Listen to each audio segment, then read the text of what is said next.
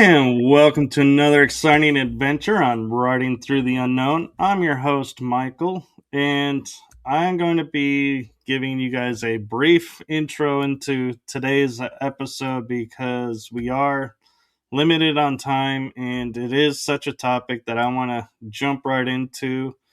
So, I have an amazing guest to help us out with this. And so I am going to turn it over to the one, the only author extraordinaire, Constance Victoria Briggs. Oh my goodness, thank you. That's quite an introduction. Well, Okay, yeah, go ahead. thank you for reaching out and wanting to do this with me. Thank you for having me. It's so nice to be back on your show. I always enjoy coming on. You're such an excellent host, Michael. Well, thank you. So if you want me to start, we're discussing the declassified UFO files today. Can't believe this has happened. I heard it was going to happen on May 8th, and I didn't quite believe it. Kept glancing at the news to see if it was true, and it did. They came out with, I think, some amazing information that was very much needed for the public and late.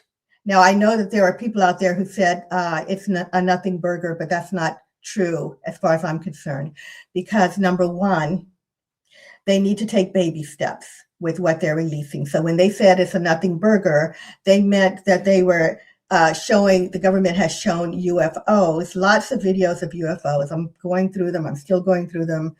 But for people who are new to this topic, this is news for them. For people who have never experienced seeing a UFO, this is shocking for them. So it wasn't a nothing burger. It really is a big deal for your average person.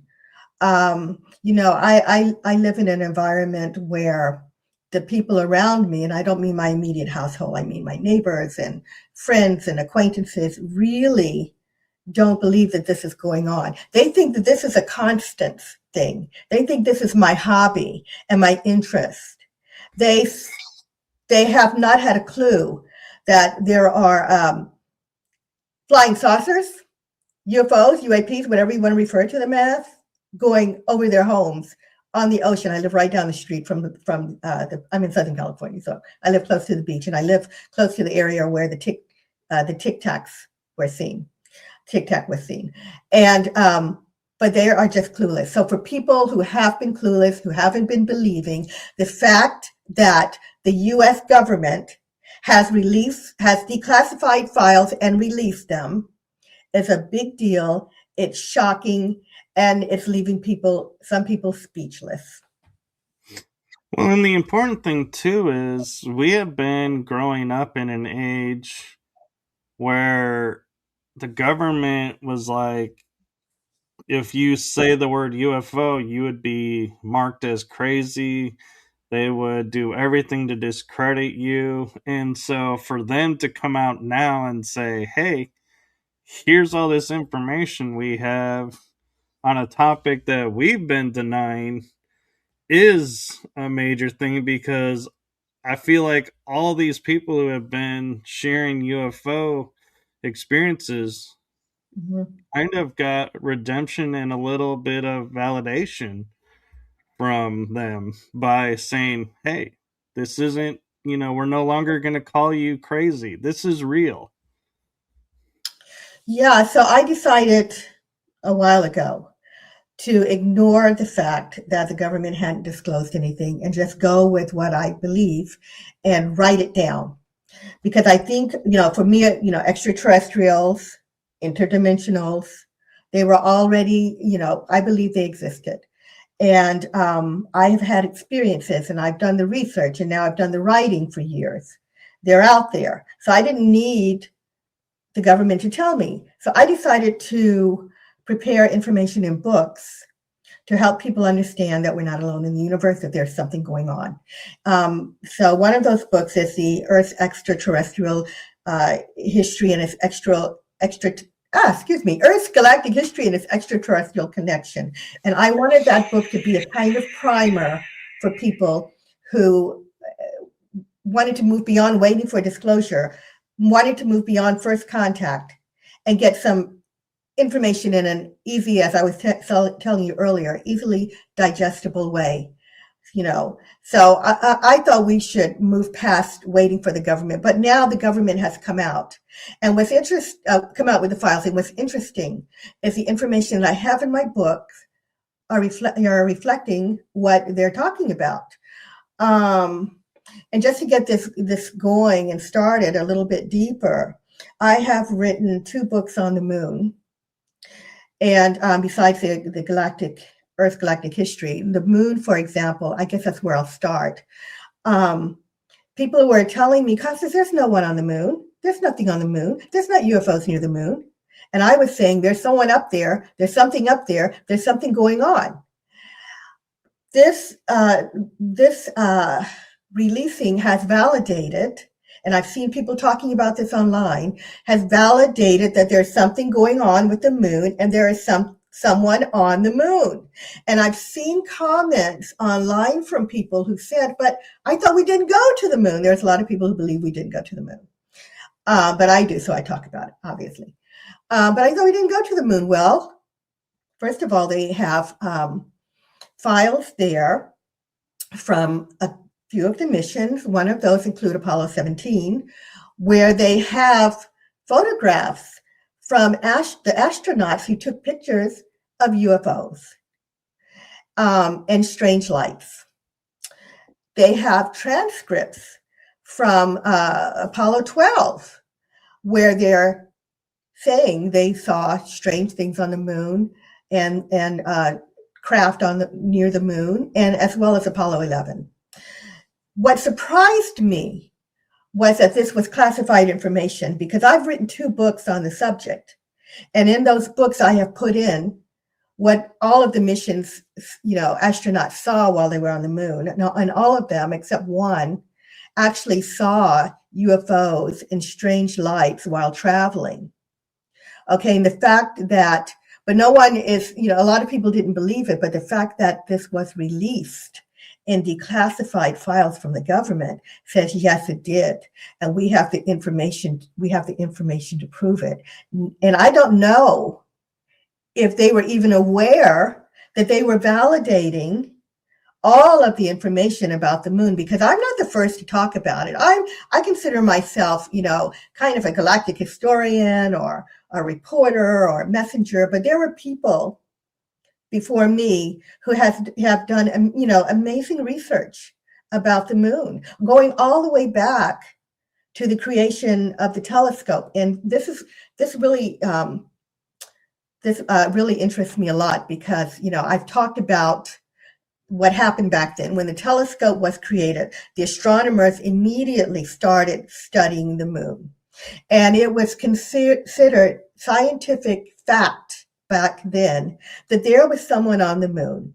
They were seeing, in those early times, lights moving across the moon, other things, objects moving across the moon. And they said there was someone there. They said that the moon was, looked a lot like Earth in its topography. And I don't know that people, really realize that, but it really does have craters and hills and mountains. Some people still, because of the NASA pictures and some other information, think it's just this flat, pale gray surface. No, there's even a place up there that's called the moon's Grand Canyon. So they were saying they were seeing lots of movement and all of this interesting topography. It was scientific fact. In more modern times, it came as we went along.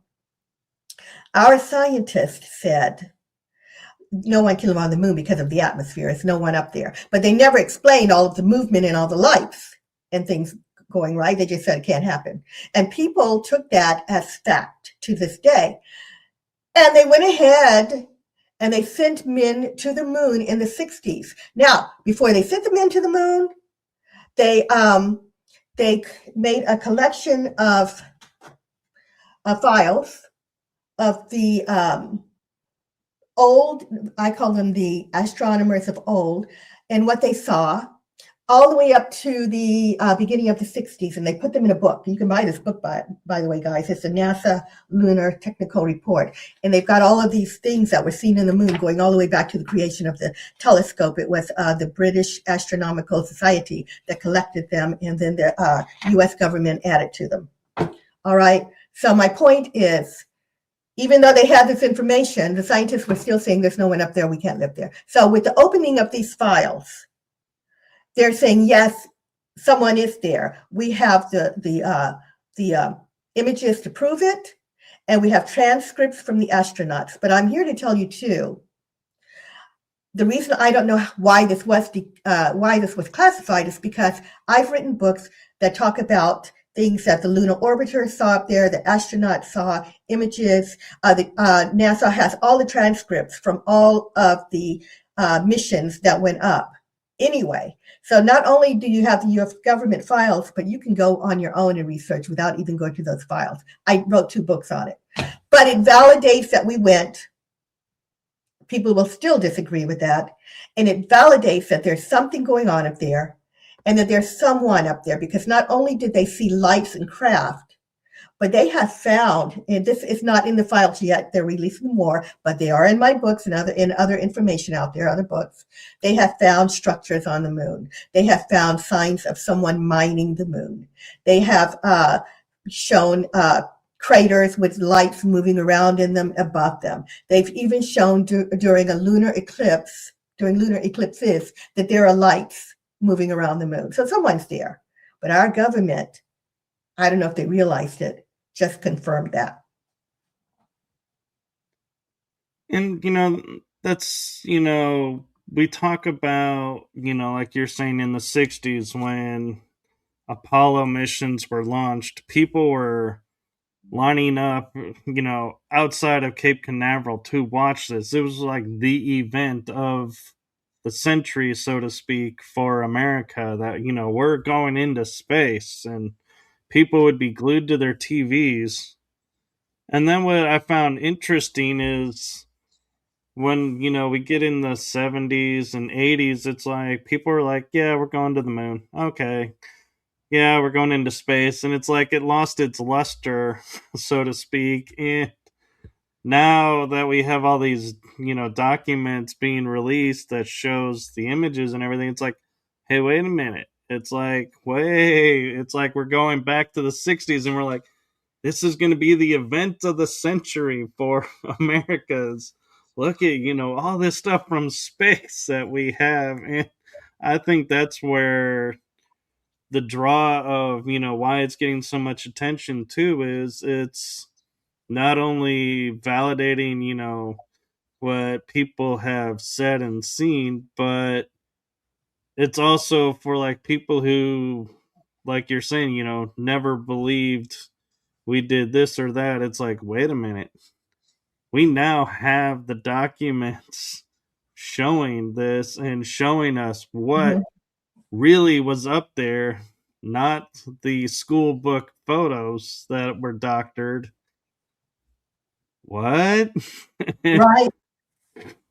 Right. And I bet you, for the people, way back then, who weren't that interested in the 70s and 80s, if they had known, if they had told what they had seen at that point up there, because each of those missions saw strange lights and UFOs, and they were all followed by something. Whoever is up there was watching, the missions.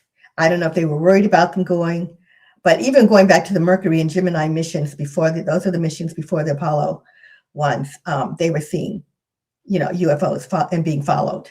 One of those missions even had, I think it was the Gemini mission, and they were hearing a strange language over the radio. They saw a UFO and they heard a strange language. If they had been reporting all of this stuff to the public would have been more interested, but they were hiding it. And they were hiding it because NASA asked an agency, and I forget the name of what the agency was originally, but now we know that it's the Brookings report. That's what this report is. NASA had said, what do we do if the astronauts encounter life in outer space? And the report basically said not to tell. I believe they're still following that. It said don't tell, and they shut it down. They were more open before that report, I feel like, about some things, but and they're following it to this day, if you ask me. And yeah, of course, there may be more reasons now that I don't know, but I think that's where the cover up started. It would they thought it would upset the public.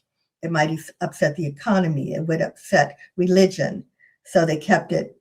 They covered it up, and they started covering up pictures of things that have been seen on the moon. But yeah, and the people today, I mean, most of those people in the 60s, they're leaving, they're gone, they're passing away.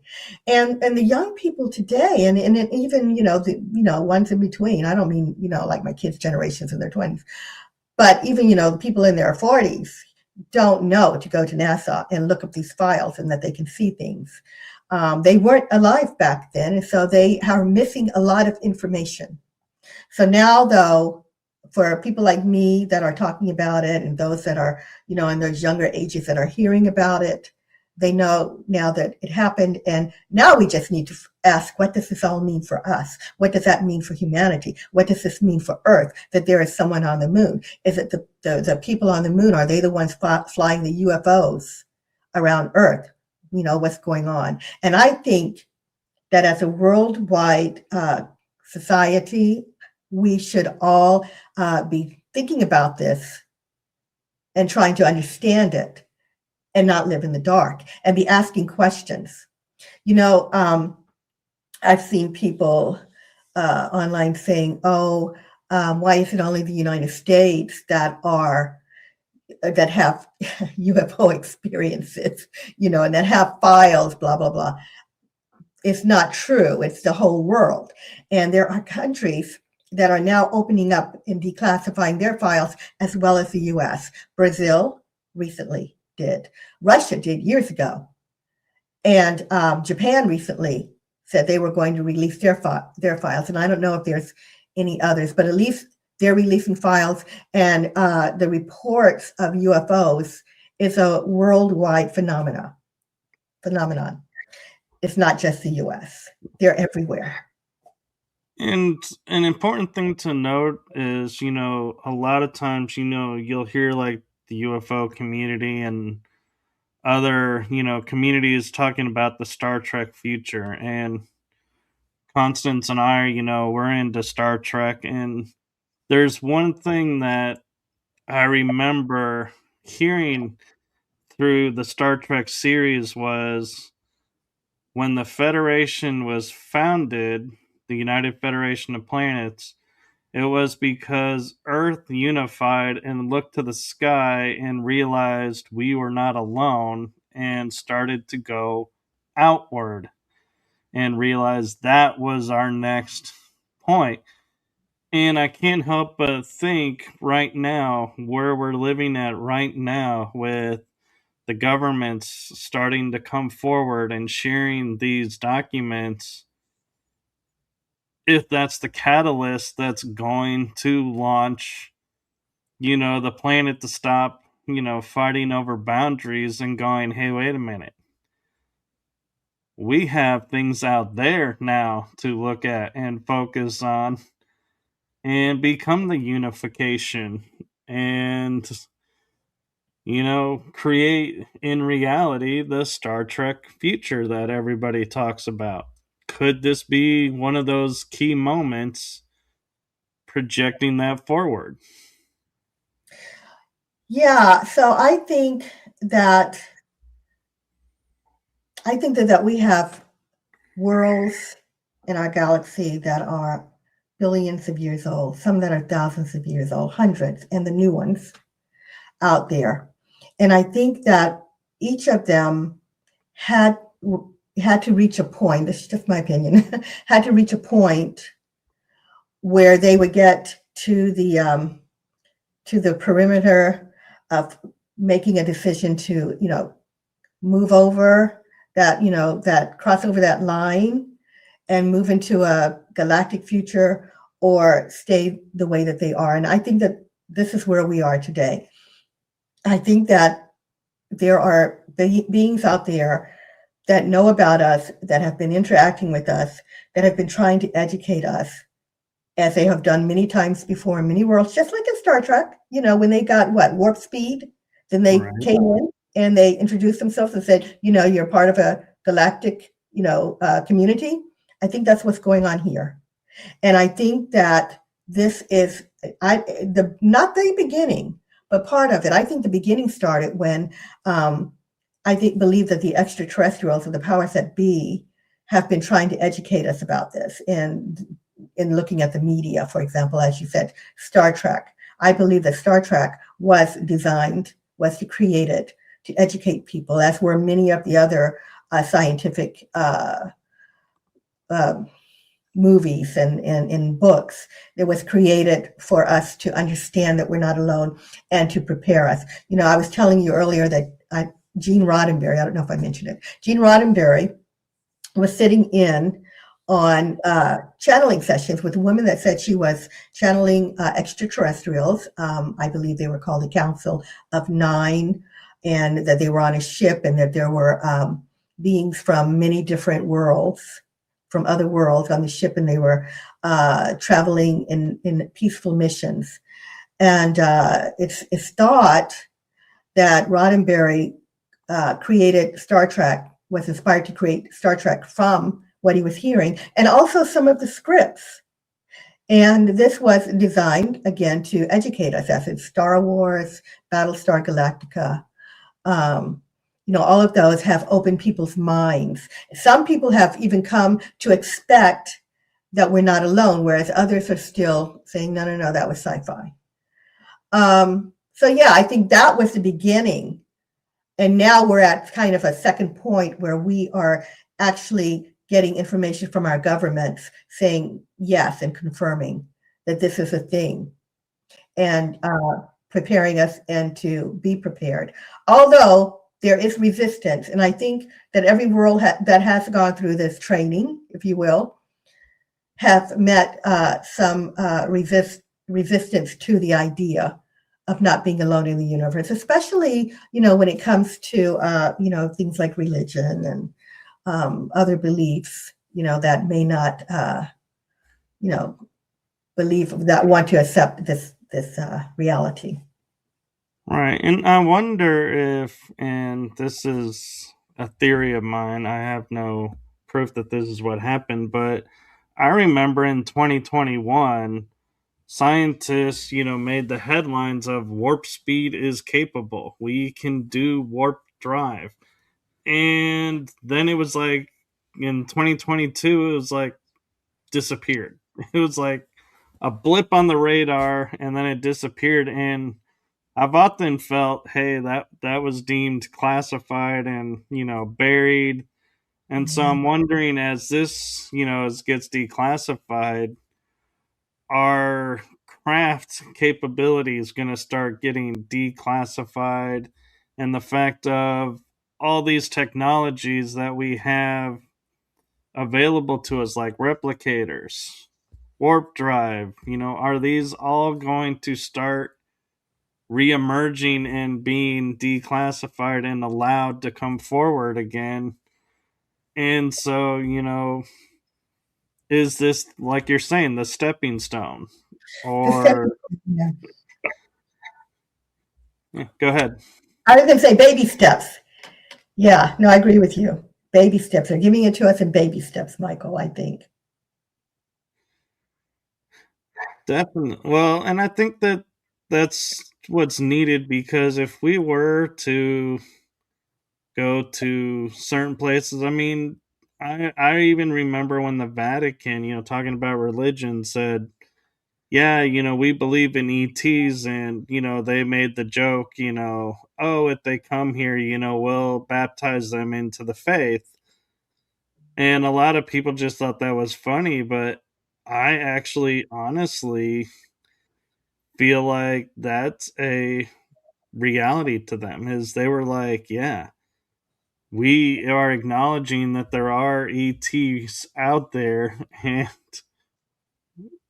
that kind of went over everyone's head, but that was a major stepping stone too. And so there's been several stepping stones leading to this. Just nobody sees it as the picture because they're so far spread apart. Right, right. Excuse me for seeming distracted. I was actually looking for a quote in my notes that I didn't find. And, I'm looking up here too. I've got notes all around me, guys, so I'm looking up sometimes. But I couldn't find this quote from the gentleman, and I'm forgetting his name, but it's a very famous one at Skunkworks, who said that they've been working on tech that people have been missing, not knowing about for years, that can do everything we've seen on Star Trek. So that's what I was looking for. But yeah, that's a very famous quote. Apparently, this has been going on for years. We've been missing information. I was trying to get back to that, so I apologize. I was moving around. But yeah, apparently we have the technology to do a lot of things that we have not been privy to knowing. And I think with the opening of these files, we will get this information, and they said they're going to be releasing it periodically, right? So I think that's what you're talking about, I think, is coming. Right. And is the quote you're talking about, is that Ben Rich, the Yes. CEO? Yes, I was so trying to find it. I thought I had it for your show right there, so I apologize. Yeah, I love that. I think I found it. It says, if you've seen it in Star Trek or Star Wars, we've already done it or decided it wasn't worth the effort. Yeah. And that's something we didn't know. Who out there has heard that quote? Well, your followers may have, because they're probably into the UFO stuff, but there are people who don't know that at all. They've been keeping it from us, but now we're going to get more information. Just give it time. That's what opening these files are all about. I don't know if everybody involved in opening these files know what the right hand doesn't know what the left hand is doing, maybe. I put the quote on the bottom so people could see it. Okay. Yeah. So I wanted to talk a little bit, because I know we have time constraints here, about USOs, underwater submerged objects. This has been something that has come out in just recently. I think they have become a big deal. And again, there are people who are not aware of this information or who don't believe it. But I have to tell you, I've been talking about them a little bit for a while. I have them in my Earth's Galactic History book. People have been seeing these USOs for years and years. All right, we always hear about what's going on in the sky, but I mean, I've been working on a book where, I'm talking about people standing on the beach, watching these craft go in and out of water. They are not shy about showing themselves. If they were, they're not shy anymore. They just come and go as they please.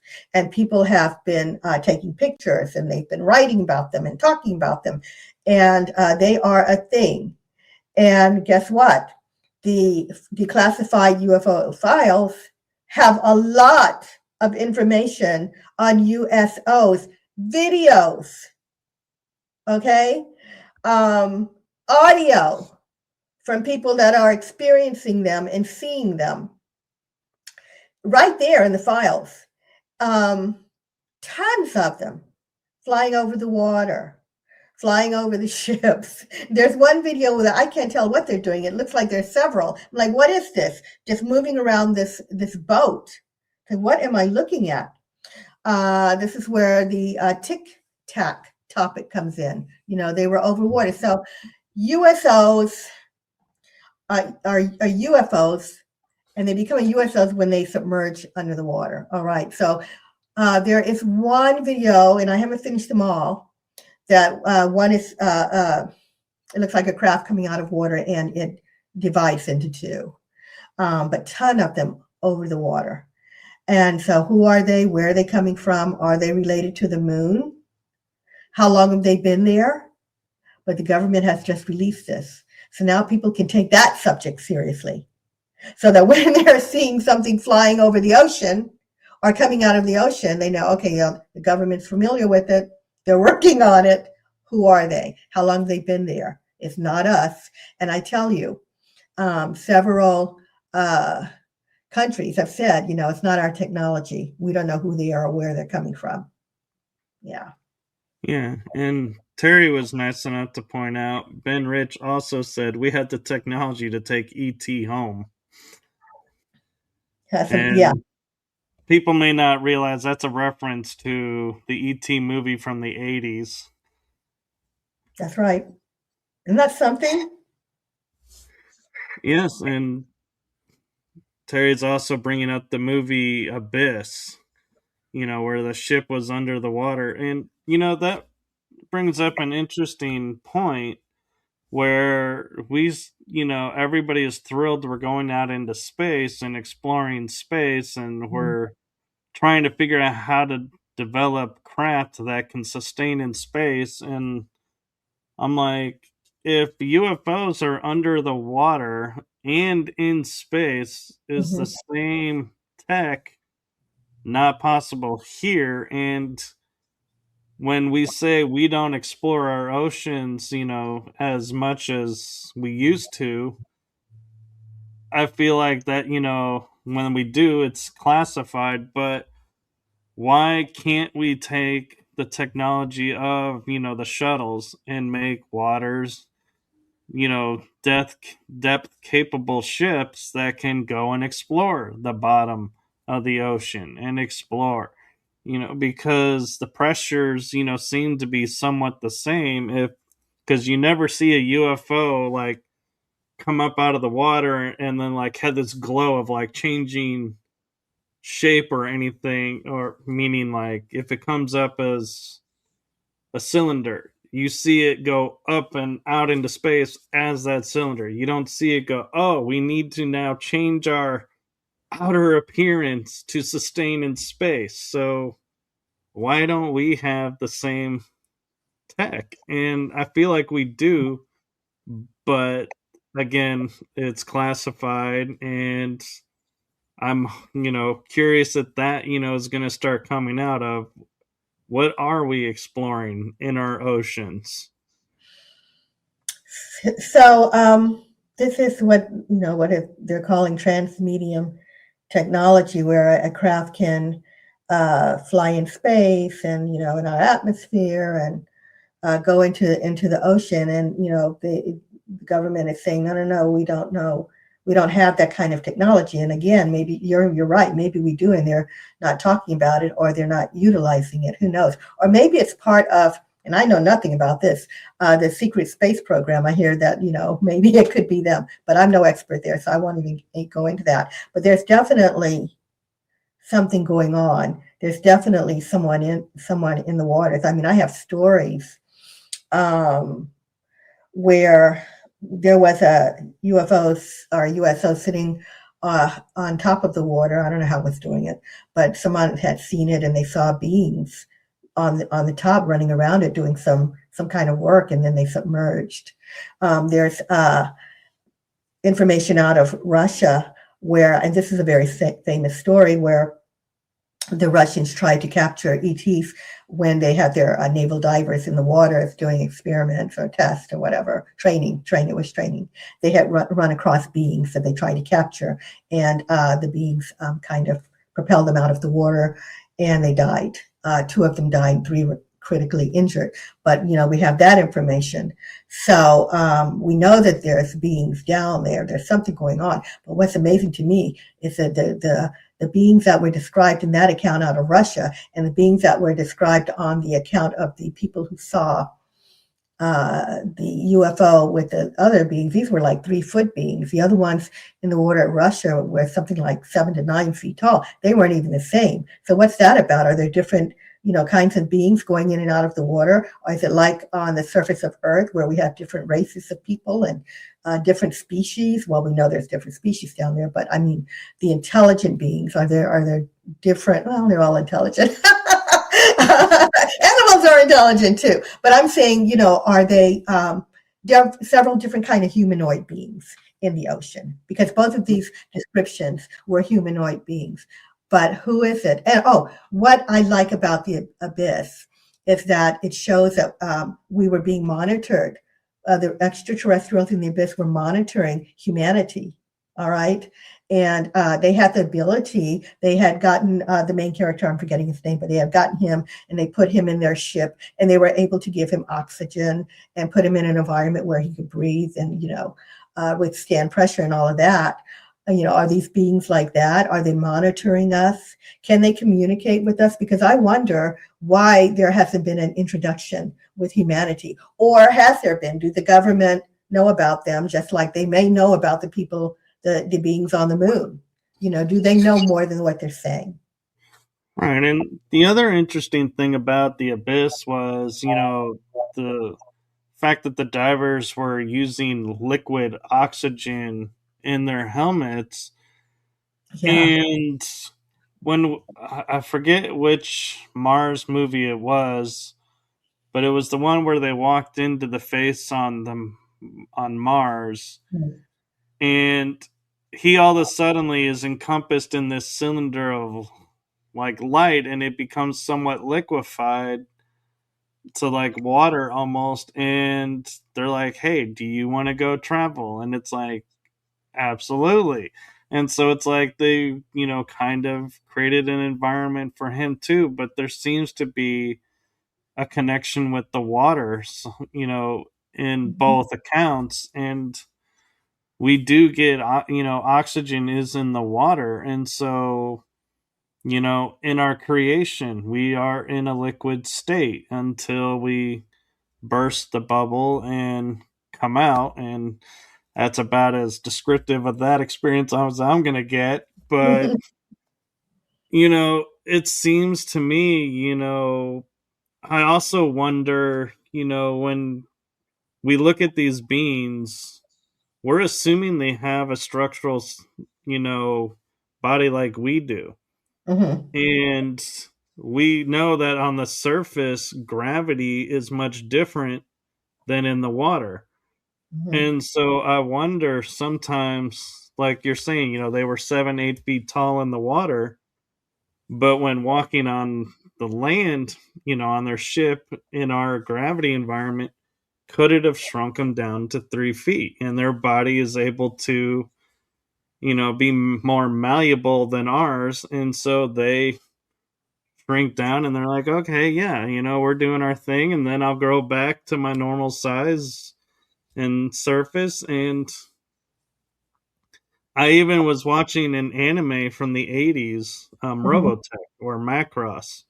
And there's a race of people who are our size, but then go into a liquid chamber and they become 7, 8, 9 feet tall.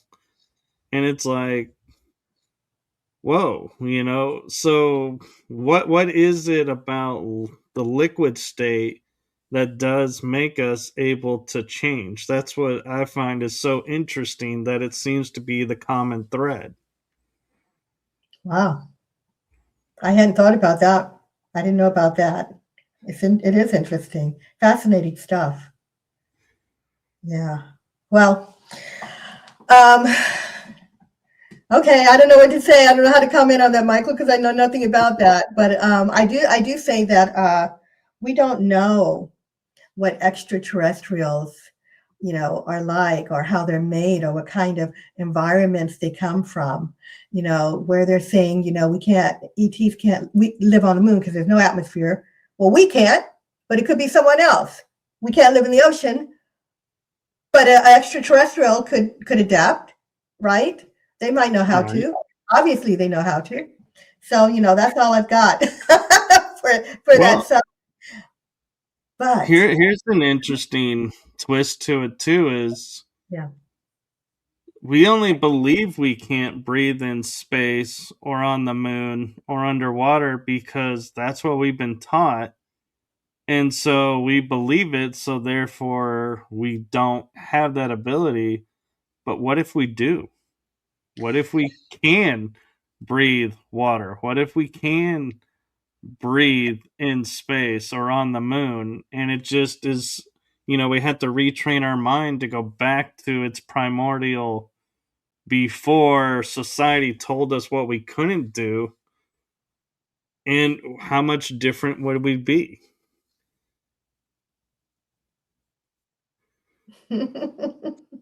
I Yeah, like that. I don't yeah, know, but I like that. You're bringing up things I know nothing about, but I like it. And it takes me into a whole other mindset, because I do write and talk about metaphysics too, and I'm thinking, well, if we leave our body, we can we can do it. That's right. another show, right? And Terry's commenting, what if space isn't exactly what we are told? And there's Exactly. that That's right. too. That's right. We just don't know if we've been giving the truth, guys. Hopefully, we're getting there, you know, and creating. Uh, if the government is trying to tell us that we have a relationship with extraterrestrials, which is where I think they might be going, then maybe we will get information out of extraterrestrials that we never had before, that we never knew existed. There could be things going on that we couldn't even begin to imagine. And that's part of the excitement about meeting people from other worlds, is we don't know what's going on totally. We don't know what's out there. We are primitive to a race of beings that may be thousands, billions of years old. Um, who knows what we're going to learn, and who knows what we will be able to achieve if their technology is shared with us. Are they going to propel us into that galactic Star Trek future? you know. But I do think that we're going to have to get past the growing pains before we get there. And the growing pains being, I've been looking at my notes. When I'm looking up, I'm looking at my notes that I have here for myself. I have, are we being prepared for what's coming? We're going to have to get past for the people that are not prepared. Is the government preparing us? Are extraterrestrials preparing us? Are we being prepared through the media? And if so, are we ready for this information? How is the information going to affect people? How are people reacting? And what to expect in the future? So I think that we have reached a point where we have to look at what I'm calling the growing pains before we get there, because we are going to meet some resistance. It is not going to be a blink of the eye thing without a whole lot of pushback, I think. But I think we have to go through it. I agree. And I find it interesting, like you call it the growing pains, I call it the tipping point, because the reason I say tipping point is we are a society to where we, fight just because someone crossed a border. Our reaction is we fight to protect what's ours. And we're individual um, units on a planet instead of a global unit. And so, with all this information coming forth, it's like that tipping point of now going from individualistic to global and universal, you could even say, or galactic. And yeah, I agree with Terry. It is a paradigm changing, but I also feel like we are in a place where, the thought of a country going to war with another country, it's not as, the people aren't going, yes, we need to do that. That's where we were. Now it's why? Why are we going to war? Why are we? And we're questioning it. It's like we're wanting to do a different path. And so it's like maybe that's why now was the time for this to be declassified, because I can imagine, we've all seen like the sci fi shows where we're, the warlike people and we're going into space and we're fighting everybody we come across. Mhm. And it's like the universe doesn't need that. The galactics don't need that. That's not where they are. And so it's like we were suppressed until we grew out of that. So it's like the growing pain you're talking about is we're no longer in that state. So now they're like, hey, now you guys can come and, explore with us.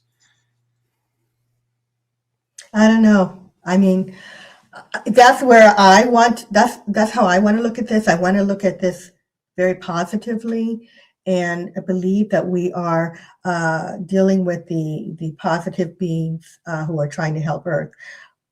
However, in my opinion, we're still warring. All right, we're asking questions, but the whole world to me feels like it's on fire, right?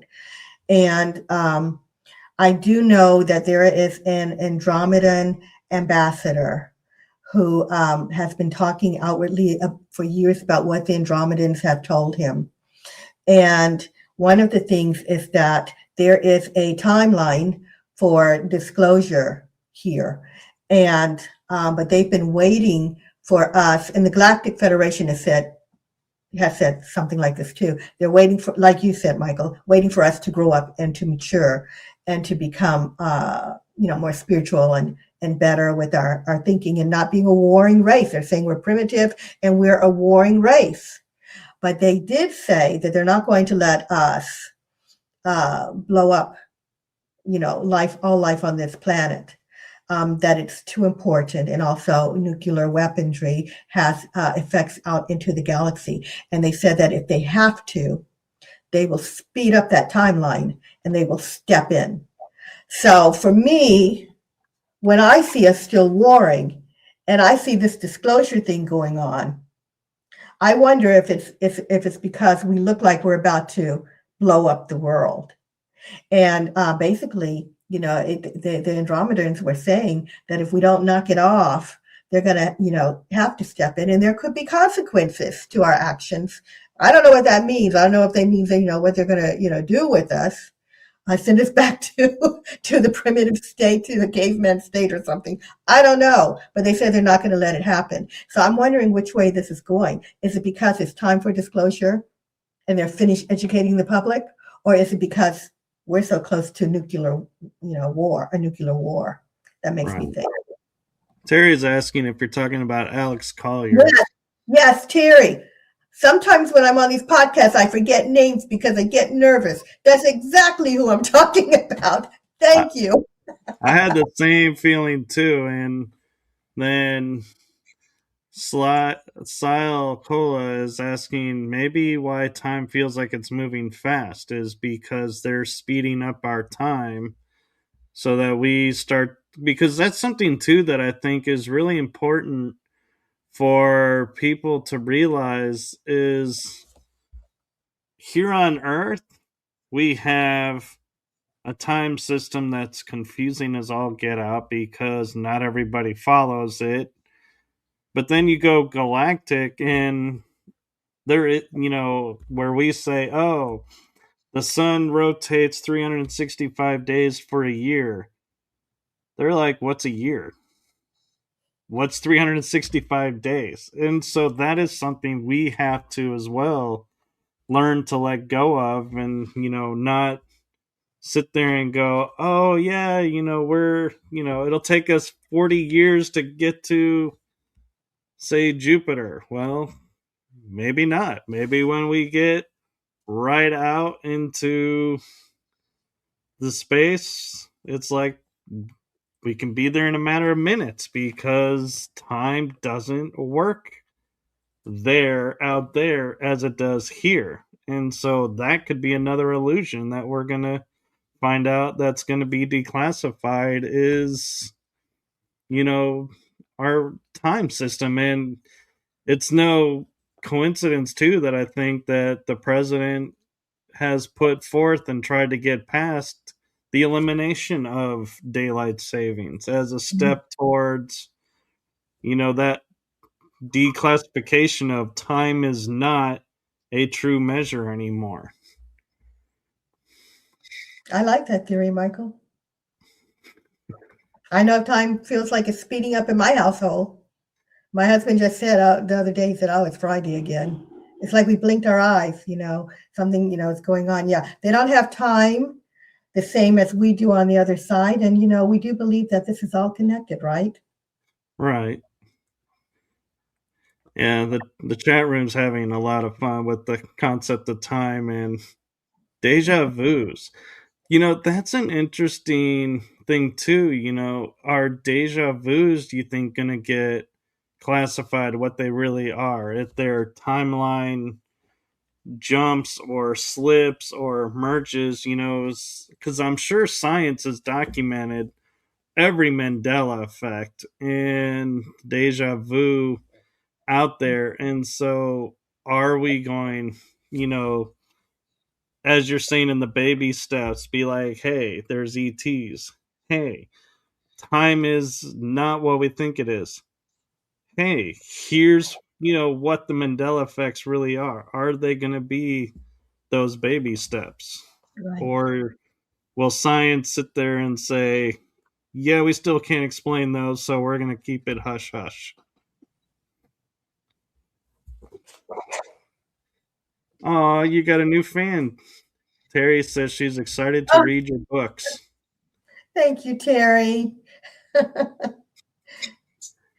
And James, Wizard Wickus is James, and he's saying resets. We keep hearing about resets. Hmm. And could that be, some of these steps of declassifying these documents? That's one of the major resets that they had to do first, because they have been telling us for so long this is not real. Now it's a reset of, hey, this is real. Right, right, right. Oh my God, it's just all so heavy, I mean, I don't know how the average person is going to take all of this. Really, I don't. But I do think that we need to keep talking about it and help people. That's what I want to do. I want to help people. Um, kind of be a cosmic ambassador to help people get acclimated to the idea of not being alone in the universe and going into something bigger. Do we have time to talk about extraterrestrials?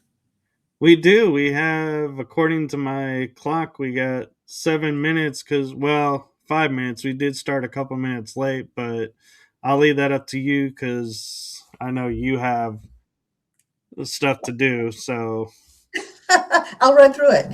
So I haven't finished the files. I do know that there's some information in there about beings that are 3 feet tall. I've heard. I haven't reached that file yet. So yeah, there are releasing information on ETs, it looks like. And in the news recently, apparently there was a whistleblower that talked about 4 different types of beings, and I just wanted to hit that really quick.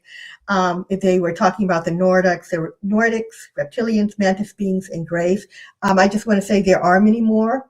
I do believe they're here. I do believe some of them have ships in the vicinity. Lots of people are seeing all kinds of different ships. I don't believe that the same race of beings are producing cylinder ships, spaceships, spherical ships, ships that look like, the figure 8. So I think that there are a lot of beings here and that we have been closed off from that knowledge. But there have been reportedly people that have seen and met Nordics, which is the tall, blonde, very pale skin ETs. That's one group of them. There's like 3 groups of pale skin ETs. Reptilians, I've been reading stories about reptilians for many years before AI and CGI of people coming across them.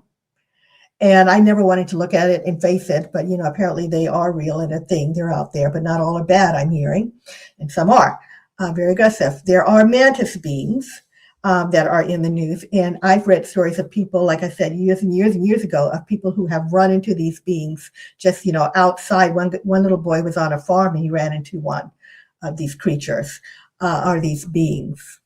I don't want to say creatures. It makes it. I don't know. I don't want to belittle extraterrestrials. And there are many more. So we're beginning, but that was years ago that I came across this stuff, but it looks like people are seeing ETs more and more. Not just these beings, but lots of other reports of people seeing strange entities and beings out there. And I'm wondering if the reason we're getting this disclosure is because they're showing themselves more even. Not all at once, but slowly. So that's the thing. I just wanted to comment that they're out there. I believe they are here, and maybe just being quiet until we come fully into the awakening of their presence. Well, and what's interesting to me, as we talk about these, the beings, being around, is I actually remembered and recalled like watching like cartoons like Johnny Quest from the 1960s or Fantastic Four Hmm. 1960s. There's ant people, mole people, and all these different creatures or, beings. And yeah, I keep saying creatures because I see the way they portray them. It's like they look more like a creature than a being, but Yeah. they've been in our cartoons, they've been in our TV shows all along since the 60s on, but nobody pays attention to it. They just view it as, oh, yeah, that our guys, beat them. Okay, yeah, and they don't realize, wait a minute, I know those people because I've seen them. And Mhm.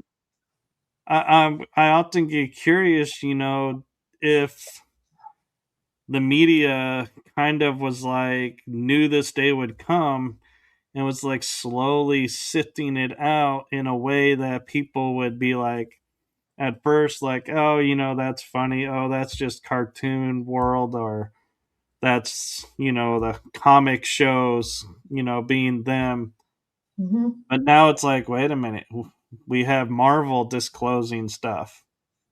Wait, Yes. they've been disclosing stuff all this time, and Yeah. we have been getting drips, and now they kind of turn the faucet up a little bit more. And so instead of being in drips now, are we going to start getting big pours, so to speak, along the way? I like it. I can't wait. It's my passion, really. I mean, I could talk about extraterrestrials all day, but I do believe that we are being educated by extraterrestrials through the media and have been for some time. And that's why we have all of this information that you're talking about. And yeah, I agree with you. Yeah. In the Marvel movies, Thor, watch Thor. I think that world that he is from exists. There are worlds like that out there. And yes, they come in here. Those people come down here for whatever reason. Um, I think that they're here right now, some of them, to educate us and to move us into a galactic community. But I also think that they're coming for other reasons. They may be needing some of our resources. They may be living, among us to learn information to take back to their planet for even education reasons. Who knows? I mean, I put a long list of reasons I think they may be here. It's not just for disclosure. They've been here for a while. They could be, doing all kinds of, things on Earth that we don't understand or know about. Maybe some of them use Earth for vacation, vacation planet. I read about one group of I think this was on Catalina Island, maybe. Yep. These people who ran into some little strange little people that were checked into the hotel.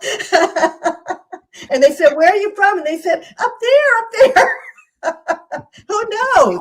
Who knows? Yeah. Uh, I think I agree with Terry that I think the important thing is with everything that's being disclosed that we focus on taking the fear out of it, because as long as the fear is in there, then I feel like the disclosure and declassification gets twisted. But when we take the fear out of it, we see it for what it is and we can accept it better. I agree. I agree. And I have to say, there's a big movie coming out, Disclosure Day. And, I don't want to poo poo anything because I haven't seen the movie, but it's looking a little creepy. And I'm not Yeah, sure I'm liking that. I don't want this subject to be portrayed as creepy. So I'm going to go see it in about a week. But yeah, let's be careful of what we're saying and what we're, putting out there. I agree. And with that being said, we are at the hour, so I'm wanting to be respectful of your time. And so thank you for coming on and sharing this with us. And we will have to do it again because, I mean, like you said, this is going to be a long process. This is not a now that we've said it, we're going to wake up tomorrow and it's all done and we're all in the next stage of the declassification. It's like, nope, this is we're in for a journey. Yeah, we're in for a journey. If you ever want me to come back and talk some more, I can talk all day. I have no problem with talking. There's going to be releasing of new files. So I don't know, maybe I'll come back if I find anything, that, well, sure, I will. Talk about what else is in there. Sure. Yes. So before I go, I have one quick message for you, Constance. This is a new since you've been on the show before, and that is from my heart and the heart of my shows to you. Thank you for what you're doing for humanity. It's appreciated, it's felt, seen, and heard. And most importantly, thank you for being you. Aw, thank you, Michael. That's lovely. And thanks for having me on. I've enjoyed it. Yes, and for everybody, that's in the chat room and everything, follow Constance and her books and follow me with my shows, as you never know when we'll pop up and have another one of these. And so, with that being said, I'm going to switch it over to the outro and we will call it a day. I had to think for a second because I'm used to shows at night. And so, have a wonderful day, everyone. And we will see you all in the next episode. Have fun.